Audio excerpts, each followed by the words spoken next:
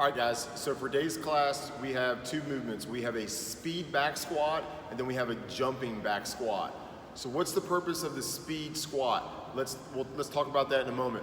First, let's talk about the programming cycle and how we are going to alternate between a strength endurance for the back squat, like we did last week, and a speed strength like what we have today, all right? So you can expect a heavy one week, a light and faster the next week, heavy the next week, light and faster, and so forth, moving on. So by nature, heavier movements are harder to move fast just because the way it is, all right? If something's heavy, it's hard to move it really fast. So if we can keep the weight 50% or less of our max load, then we can produce a lot more speed and force. And this is gonna help us out in a few different ways. So first off, when we train our muscles in a different manner, it creates a different metabolic response, which will help us with our training. Next, it's going to help us with other explosive movements. So things like the snatch, the clean, box jumps. This is going to translate into those movements as well.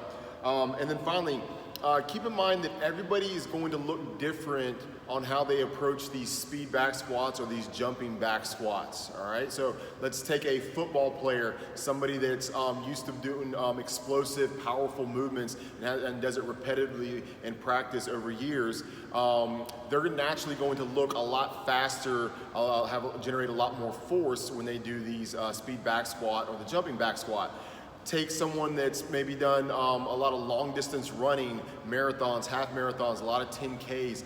They're not gonna have as much explosiveness as that football player, so it's going to look a little bit different, and that's fine. What we want you guys to do though is to try to come up out of these squats as fast and as explosive as possible, all right? We know not everybody is going to look the same.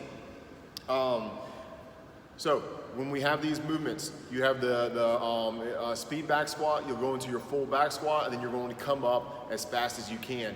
For the jumping back squat, you're going to go down, and then you're going to jump just with your feet a little bit off the ground. We're not looking for like a vertical jump where you're getting super high, but then you're going to reset and then do your next rep. So it'll look something like this.